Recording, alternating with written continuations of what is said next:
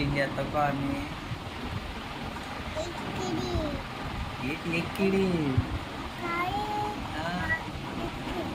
Car లెక్కిదా?